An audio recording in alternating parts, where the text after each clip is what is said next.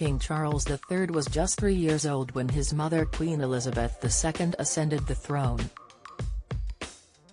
In the early days of her reign, both the Queen and her husband Prince Philip spent long periods on overseas tours, leaving Charles and his younger sister Princess Anne at home in the UK. As a result, the royal children spent a lot of time with their governesses and other family members.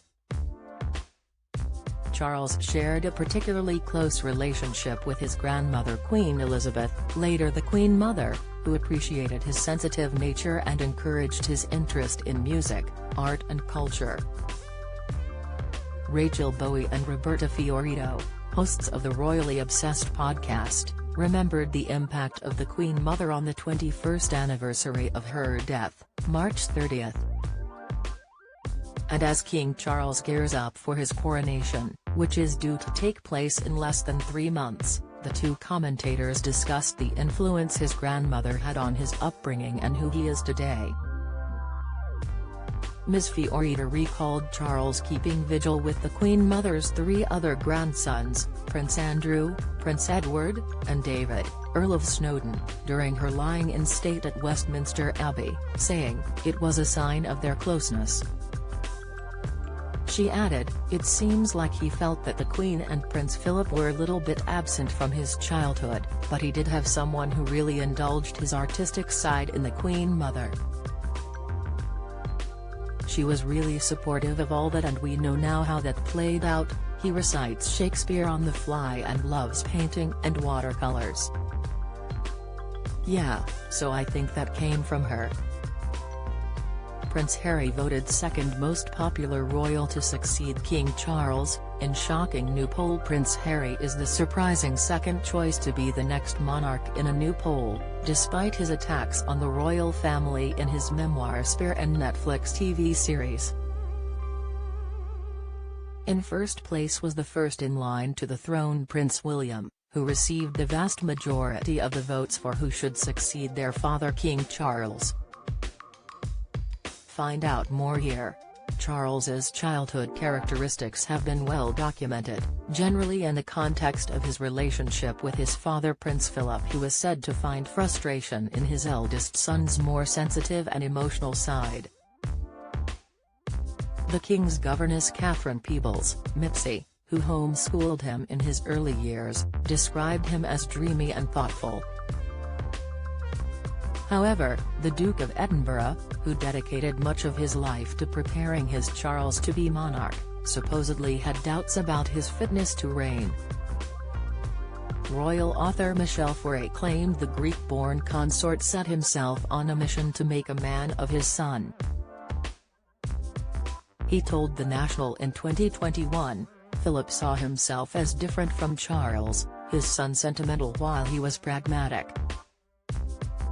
Keen for his son to follow in his footsteps, Philip wanted Charles to attend the school where he had spent his formative years, Gordonstone, a remote school in northeast Scotland. However, Charles did not share his father's desire, and neither did the Queen Mother. She wrote to her daughter Elizabeth, urging her to intervene and keep him closer to home.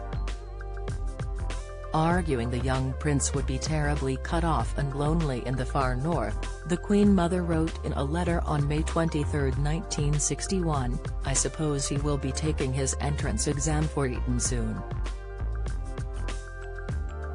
I do hope he passes, because it might be the ideal school for one of his character and temperament." But, as it is known now, the Duke of Edinburgh won the debate, deciding Eton was too close to Windsor and London and Charles would be able to escape the press in Gordonstone. Don't miss.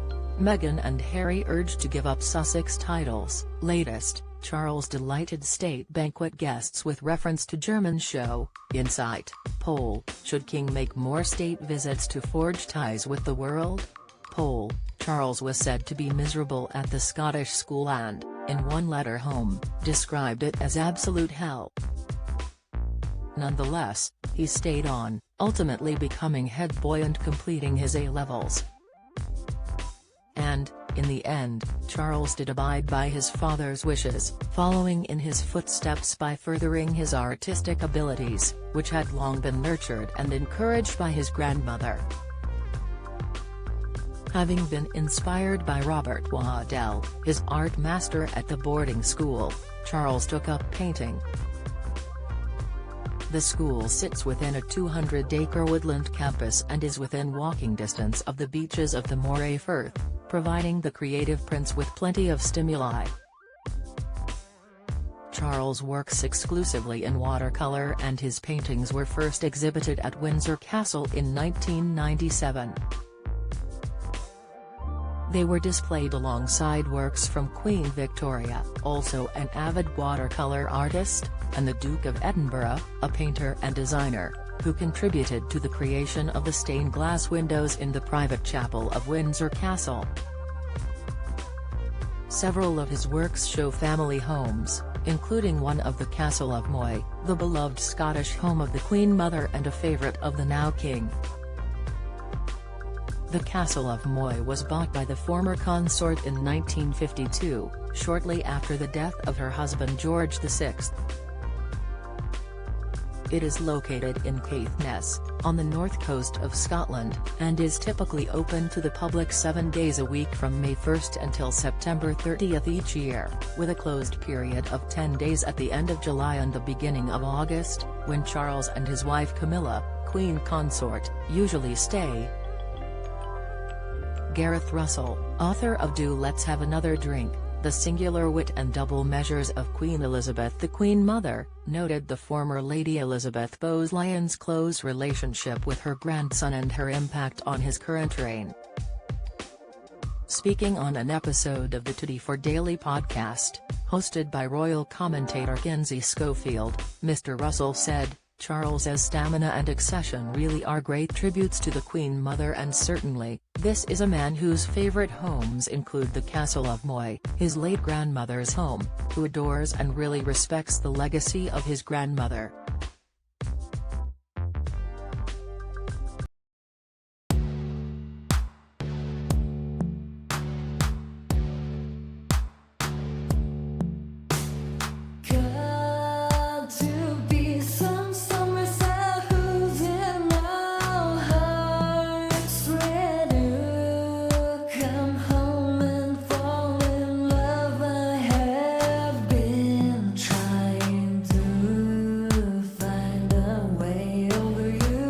To us.